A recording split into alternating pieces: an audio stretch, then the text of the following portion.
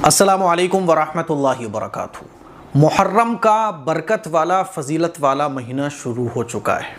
ये उन 4 महीनों में से एक है जिसके बारे में अल्लाह ताला ने कुरान मजीद में कहा मिनहा अरबातुन हुरुम, कि ये 4 महीने बड़े फ़जीलत वाले और काबिल एहतराम और हुर्मत वाले महीने हैं, जिसमें से एक है मुहर्रम का महीना।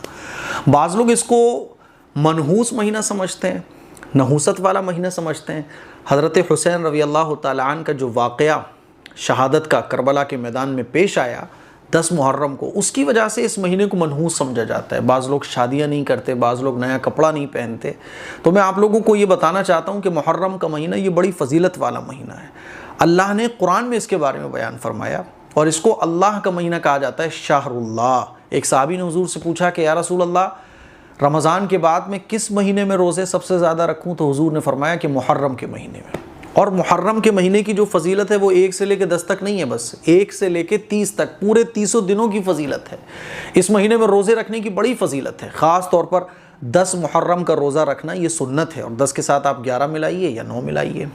और जनाब अली, मैं आपको बता दूँ कि शहादत से कोई महीना मनहूस नहीं होता है, बल्कि शहादत से उस महीने की अज़मत और फजीलत और बढ़ जाती है।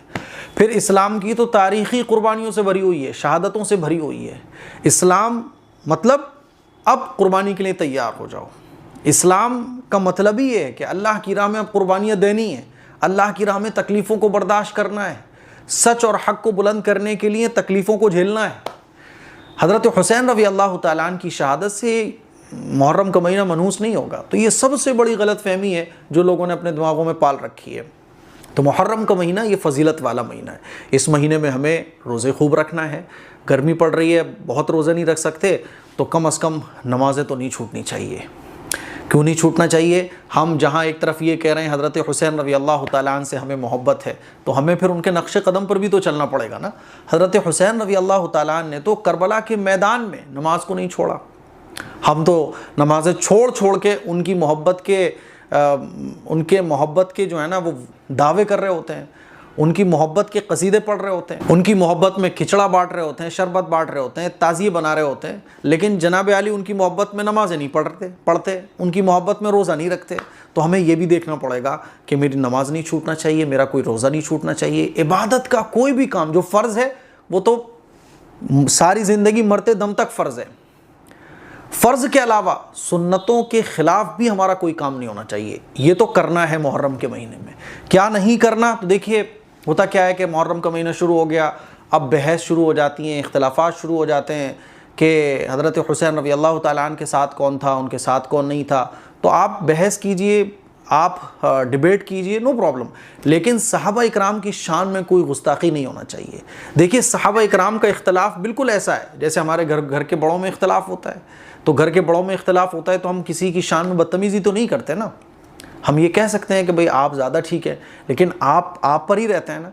होता क्या है कि हम हज़रत हुसैन रज़ी अल्लाह तआला अन्हु के वाक़े पर बहस करते करते एक तो फ़िरक़ों में बढ़ जाते हैं, फिर फ़िरक़ों से बढ़ कर जो है ना वो हमारी बहस इतनी आगे चली जाती है कि अपनी बात को सही साबित करने के लिए हम सहाबा इकराम की शान में गुस्ताखी कर बैठते हैं।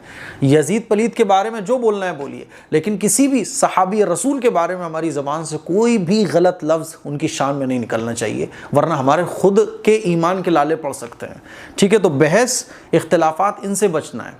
हज़रत हुसैन रज़ी अल्लाह तआला अन्हु की सीरत को पढ़ना है, करबला के मैदान में जो भी कुछ हुआ उसको हमें पढ़ना है, अपने बच्चों को सुनाना है, अपने ईमान को ताज़ा रखना है कि वक्त के दज्जालों से हमें डरना नहीं है, घबराना नहीं है।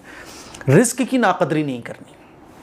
आप सबीले लगाओ, खिचड़ा बांटो, लेकिन रिस्क की नाकदरी नहीं होना चाहिए। और हमारा जो खाना है, हमारा जो पानी है, वो भूखे के और प्यासे के मुंह में जाना चाहिए। सुन्नत के खिलाफ हमारा कोई काम नहीं होना चाहिए। अब नमाजें छूट रही हैं, आप जनाब अली सबील लगाने में बिज़ी हो, बच्चों को आपने फ़कीर बना दिया, बच्चों को आप ताज़िए के नाम पर चंदा मंगवाने भेज रहे हो, तो ये तमाम कामों से हमें बचना है। अच्छा, एक बात और है कि मुहर्रम के महीने में बहुत सारे वजीफ़े लोग बता रहे होते हैं, तो भाई वजीफ़ों को छोड़ दो। वजीफ़ों ने बेड़ा गर्क करके रखा हुआ है। वजीफ़ों को छोड़ो और सुन्नत पर और इबादत के काम को फोकस करो। ये चंद बातें हैं जो मुहर्रम के महीने में आपको और हम सब लोगों को इसका ख्याल रखना पड़ेगा, वरना मुहर्रम के महीने में हम हुसैन के नाम पर, हज़रत हुसैन की मोहब्बत में बहुत कुछ कर रहे होंगे, लेकिन वो हमारी अपनी तबीयत के मुताबिक चल रहा होगा, शरीयत के मुताबिक नहीं चल रहा होगा, तो सब बेकार हो जाएगा। इसका ख्याल रखना है। बाकी आप क्या पूछना चाहते हैं कमेंट करें, इंशाअल्लाह मुहर्रम से मुताल्लिक़ बहुत सारी बातें मैं आपको बताऊँगा। इस क्लिप को शेयर करें, दूसरों तक पहुँचाएँ। अस्सलामु अलैकुम व रहमतुल्लाहि व बरकातुहू।